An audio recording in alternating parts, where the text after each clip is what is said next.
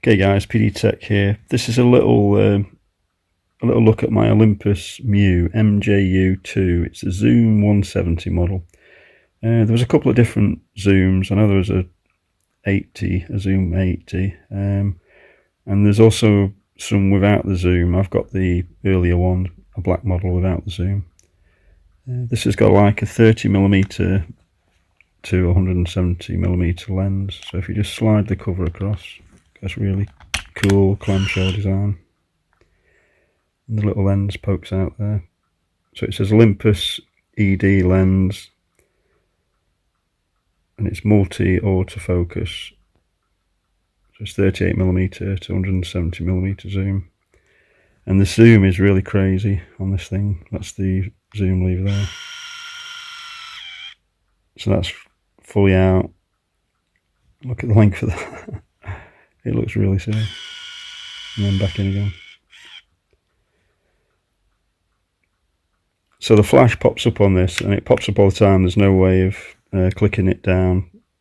And if you stop trying to stop it coming up, it won't actually turn on. This is the infrared remote control model, but I haven't actually got the infrared remote control. That's the sensor for it. There's all sorts of sensors up there, light sensors and a focus thing, and your red eye reduction light as well, and your viewfinders up there. It's just a really neat camera, really neat point and shoot camera. I think these were from around 2000, 2001. I've got the earlier one from the early 1990s. I bought that actually brand new. This one I got second hand off eBay. It was just an impulse buy when I was getting into digital photography. I bought my first digital camera. And I just thought, I saw this going cheap. It was less than £10 or something. And it came with the original Olympus pouch as well, like a leather pouch. So I just grabbed it. I think I probably put one film through it. Never really used it, but it is a really good camera. It's got this waterproof casing on it. Got your tripod mount underneath there. Next to the tripod mount, there's a little recessed button there. That's your little rewind button. It's got auto load, auto film advance, and auto rewind when you get to the end of the film as well on this model, on all the MJU models. They're just a really nice camera. They're really nice size. So that's your shutter release button. It's got that half press like focus position. So you've got really minimal controls. That's your zoom, wide and telephoto. You've got a little display panel on top. At the moment it's flashing E because there's no film loaded, but you've got different flash modes. You select by that one there, so I think that's red eye reduction.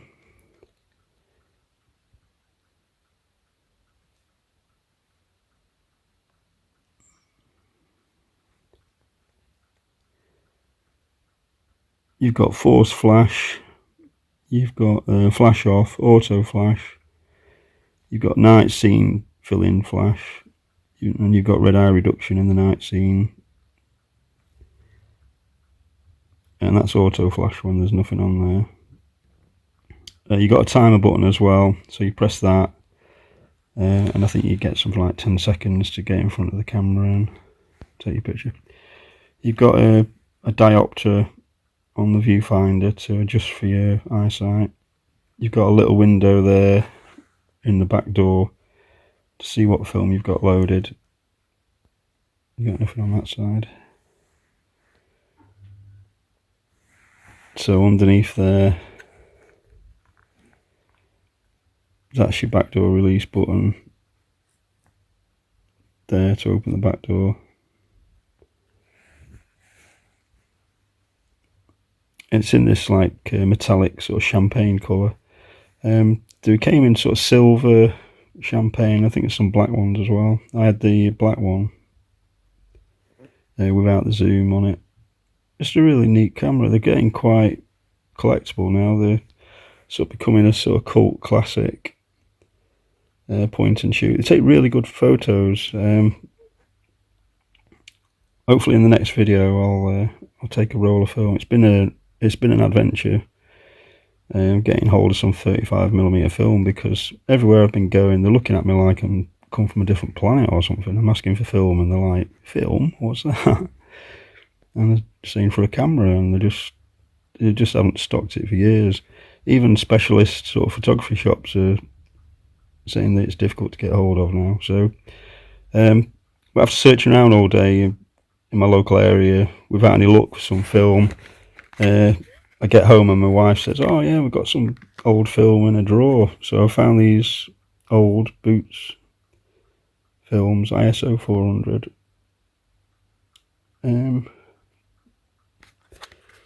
But they're long out of date. Look, get the date on that, 2005. 24 exposures, so I'll give it a try. Just Boots special. So I think getting them developed isn't going to be an issue. That's the battery. It takes a CR123A, I think it's called, 3-volt lithium battery.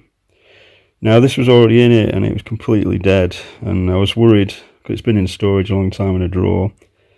And there was a roll of film in it as well. This was in it, and it was probably part way through. And so when I put the new battery in, with this film being halfway through, it was coming up with some kind of error. It wouldn't turn on and things. So what I had to do was rewind it, pressing the button on the bottom, and then so I probably lost some usable film off this. So that's a shame, really, because it only sort of rewound part way. So I'll have to get that developed and find out what's on that. That'll be interesting. I can't remember at all, to be honest. It's a long time ago since I used it. Well over 10 years ago, I would say. Even probably longer than that. Maybe 15 years ago or something. Yeah, so it's, at the moment, it's like 21 years old, this camera. But to be honest, it doesn't look that dated at all. So I'm going to give it a try. Like I say, I've got some film for it. I've put a fresh battery in it. And surprisingly, it was working fine. So it'd be interesting to see what the photos come out like. The black version I had without the zoom, the photos were just really, really good. I remember being impressed with them, how clear they were, and sharp and in focus, and the colours were really nice. Just takes really nice photos, and it's a handy size. This is a little chunkier than the ones without the zoom, because you've got this massive great zoom barrel on it. So they are a little bit chunkier, but it's basically the same sort of format, same clamshell design. It's just a little bit thicker, but you can still get this in your pocket. It's just this flash is a little bit odd. I think on the other ones the flash was up here or on this door part, so it was more part of the camera. And on this one, because of the barrel, the zoom barrel, I suppose they've had to put it more externally so it flips up. But it would be nice if that just sat flush instead of sticking up like that. Just looks a bit odd like that, but hey ho. So loading a film is fairly easy. You just put it in at that side, you pull the film across the back. You don't have to hook it onto anything, you just have to lay it flat and make sure the film canister is in its little recess sprocket type thing. But the film doesn't go over any teeth or anything. You just lay it flat, and then when you close the door, it automatically advances to the first frame, and then that flashing E will change to a 1. Now in the viewfinder, you've got two lights. You've got a green, like focus light, if you will. So you half press your shutter release button, and if you get a flashing green light, that means you're too close or there's something not in focus. So I think with this one, you've got to be, I think it's 80 centimeters is the minimum distance you can be away from the subject to be in focus. I think the ones without the zoom, you can get a little bit closer than that, maybe 30 or 40 centimeters. So you half press that to get your focus, and if your green light is solid, you're good to go. And then there's a little orange light as well, which I think is to do with the flash. I think if it's flashing, that means it's charging up still.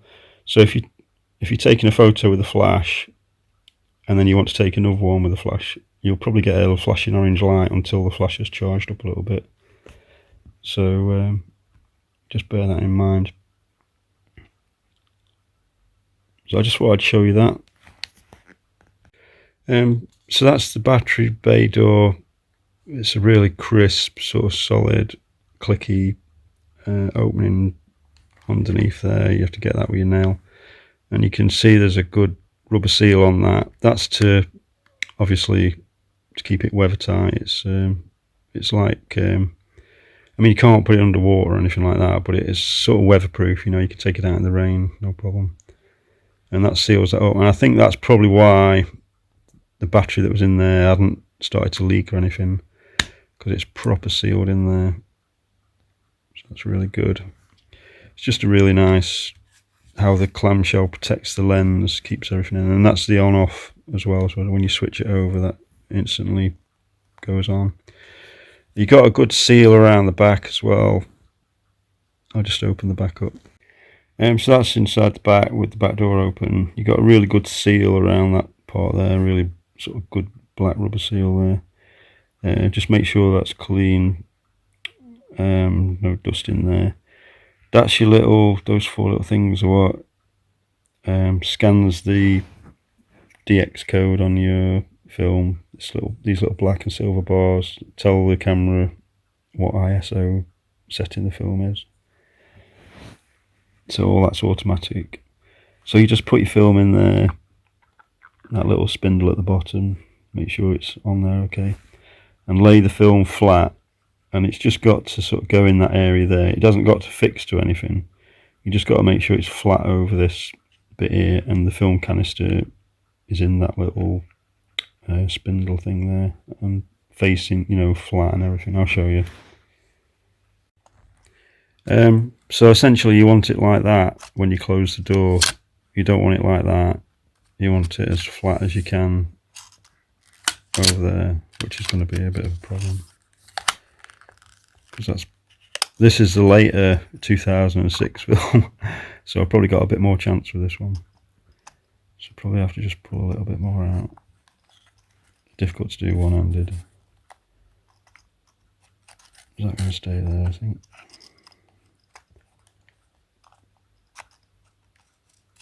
No, it's going to come out. Doesn't want to play. I think you've got to be really quick. I might have to do this with 2 hands. So what I'm going to have to do, just hold that down and then quickly put the cover down. So it's got to look like that basically, in that position, before you put the cover down. So it's loading now. And you should get a 1 eventually. Oh, yeah, because the front door is shut. Yeah, it's loaded, it's auto-loaded. So just let me open the little door.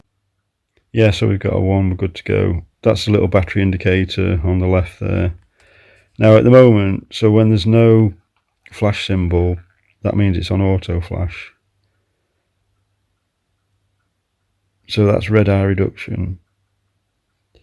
That's no flash. So if you don't want the flash, you want that one. That's force flash, so whatever the lighting situation is going to force the flash. That's nighttime sort of fill-in flash, so if it's quite dark at night and you've got a subject sort of close, you want to just you've got some bright areas, but you've also got some dark areas. You just want to fill in the flash. That's a nighttime fill-in flash. And then you've got red eye reduction in that mode as well. So there your flash modes, and then you're back to auto flash when it's like that. And then you press that one for your timer, obviously. Make sure it's on a tripod or whatever. So in the low light, I think the shutter speed on this goes down to something like 2 seconds. So you'd have to put this on a tripod if you want to get some really good low light shots. So I might experiment a little bit with that.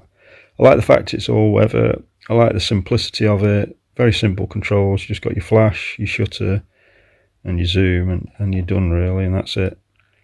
I just like the design of it as well. It's just really cool, and it doesn't look dated really. It's not that dated. So to close it, you just partially press that, not up to the barrel. As you start pressing it, it'll go back in. It's just a bit stiff. There you go. and then once it's gone in, you just fully click it over. Don't try and force that cover over, because it goes into the zoom barrel. It's just a really nice camera, very collectible. So my intention is just to take a few shots with it, take a roll of film with this. In my next video I'll put that up, and put those up, try and make some use of it, and then I'll decide whether I'm going to sell it or not, because they are fetching quite good money. I think I paid £10 for this a long time ago. That was second hand. Obviously that was when digital cameras first came out, so nobody wanted these and everyone was selling the 35mm. It's just a really nice, easy to use point and shoot camera that I think I'm going to get some use out before I sell it. So looking forward to using it and showing you the results. Take care guys, thanks for watching, bye bye for now.